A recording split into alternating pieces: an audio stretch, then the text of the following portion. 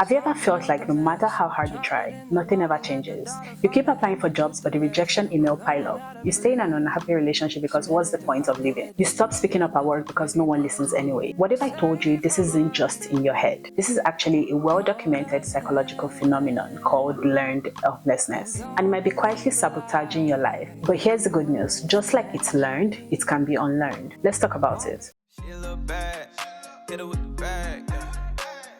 Put it on the tab, don't know how to act, yeah. How you like that? Hey guys, welcome back to my channel. My name is Anike if you're new here. And if you're not new, thank you so much for coming back. In today's video, we are talking all about learned helplessness. So make sure to stay tuned, okay? The concept of learned helplessness was discovered in the 1960s by a psychologist called Martin Seligman. In his experiment, he placed dogs in a cage and subjected them to a mild electric shock. Some dogs had the ability to stop the shock by pressing a lever, while others had no control at all. Over time, the dogs that had no control at all stopped trying to escape, even when they were later given the opportunity to. They had learned that no matter what they do, nothing was going to change. They had learned that their action did not matter. And guess what? Humans are the same way. When we experience repeated rejections, failures, traumas, we start to believe that nothing we do will make a difference. This can lead to procrastination, low self-worth, and even depression. But here's where it gets better. Just as we can learn it, we can also unlearn it. Let's talk about how this plays out, specifically for women. Many of us are conditioned from young age to be agreeable, to avoid risk,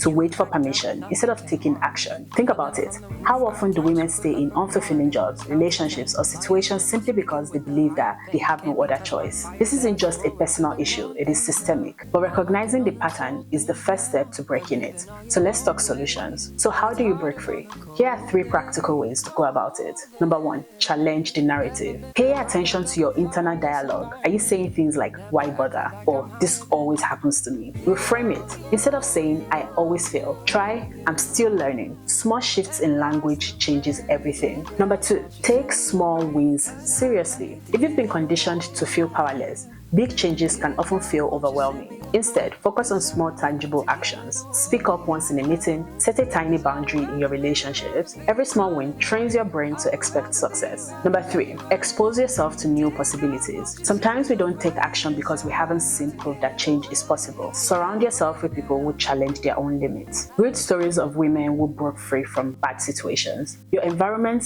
shapes your mindset. So here's the truth. You're not actually stuck. You've just been conditioned to believe that you are, but you can break free. Now I want to hear from you. Where do you think learned helplessness shows up in your life? Let's talk in the comments. If you found this helpful, don't forget to like, share, subscribe, and please turn on the post notification bell so when I post you would know. So thank you guys so much for watching, and I'll see you in my next one.